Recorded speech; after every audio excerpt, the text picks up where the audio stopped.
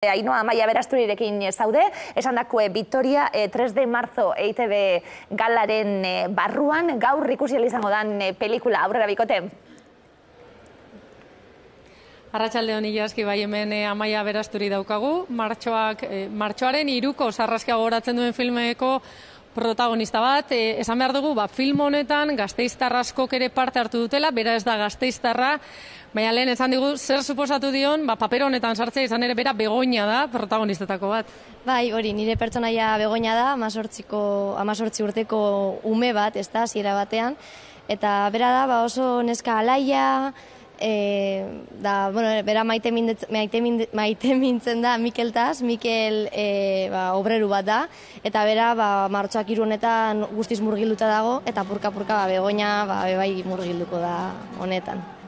Amaia, esaten zenun lehen, aurkezpenean ere bai goizean, zu zerala gasteiztarra, oso gaztea zera oraindik, eta garai hartako gertakizunak, Franco hilosteko garaiak dira, langileen borroka dago hor, jantzin behar izan zenula, historian aldetik, eta aitakin ere hitz egin behar izan zenula pixkat, ze gertatu zen jakiteko? Bai, hori da, nik gidoi irakurri naben, eta harrituta galdetu nintzen, nik enekien ezebez, ez da, orduan hori, berak esan bezala, nire aitari galdetu nion, aita zer gertatu da, ez da, berak laburpen bat egin zidan, guztiz harritu ninduenia zergaitik institutuan, edo unibertsitatean inoiz ez da eskolako gertakizun honen inguruan hitz egin, eta horrekin darra eman zidan ez da proiektu honetan gehiago murgiltzeko, gero produktoriek eta pelikulako ekipoak bai informazioa mondozkuen, eta horrek be laguntzen dago, ez da, gero jantzite ikustiek eta lako gauza danak bai laguntzen da pertsonaje horretan sartzeko.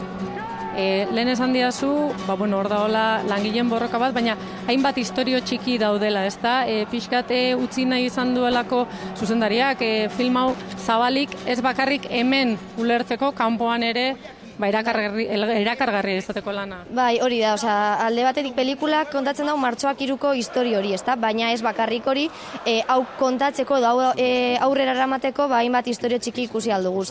Historio potoloena Begoña eta Begoñaren familia da, ez da? Begoña bere mutila, bere ama, bere aita, eta apur bat berari inguratzen dioten pertsona horiek, baina bai hori historio txikitsuak dira, eta apur bat laguntzen da bira kontatzera martxoak 3an hori gertatu zena. Grabazioa nola izan zen? Esan dezu komplikatu xamarra izan dela.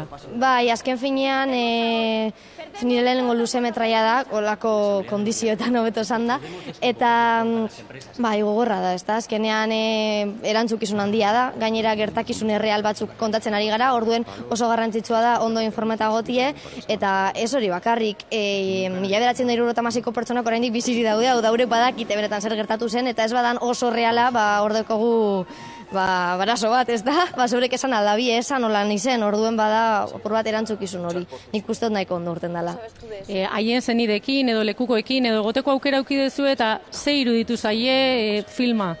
Bai, oraindik filma ez da ikusi, orduen ez dakit, baina bai grabazio egunetan eta holan, batzuk voluntario moduen etorri ziren, edo figurante moduen, eta arek kontatzen dozkuen euren historioak, eta nahiko positiboa, komentariak bai oso antzekoa da, eta bai sentimendu hori berriro nabil hau bizitzen, tristea da, baina aldi berean ondo dago bai, ez da, memoria hori egitea, eta apur bat gogoratzea zer gertatu zen. Oso lan osoa da, lehen komentatzen genuen fikzioa daola, baina badaude artxiboko irudi errealak, eta batez ere, esaterako polizien elkarrizketak ere errealak, horiek danak, ematen diote lanari, ez da? Bai, guztiz, ados, eta gainera, ikusi behar da pelikula, ez da? Baina nire bintzet, horrek grabazio horrek, eta elkarrizketa horiek, grisen arteko elkarrizketa horiek, uliek juntan jartzen doztiez, hasi que, hori entzun beharrekoa da, ikusi beharrekoa da, bai.